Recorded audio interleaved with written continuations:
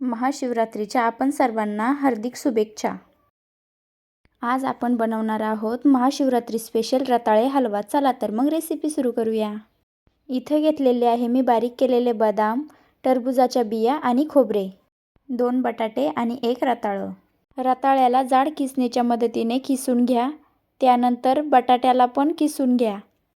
आता घ्या एक कढई. कढईत टाका 1 चमचा तूप. तुपाला चांगले विरघळू द्या. त्यामध्ये टाका बारीक केलेले बदाम. बदामाला तुपामध्ये परतून घ्या आणि त्यामध्ये टाका टरबूजाच्या बिया. टरबूजाच्या बियांना पण मिक्स करून घ्या. आता टाका बारीक केलेले मनुके. सर्व तळलेले ड्रायफ्रूट्स एका प्लेटमध्ये काढून घ्या. त्याच कढईमध्ये टाका किसलेले रताळं आणि बटाटे. बटाटे आणि रताळ्याचे पाणी सुकेपर्यंत त्यांना परतून घ्या. आता टाका अर्धी वाटी साखर आणि अर्धी वाटी किसलेले नारळ.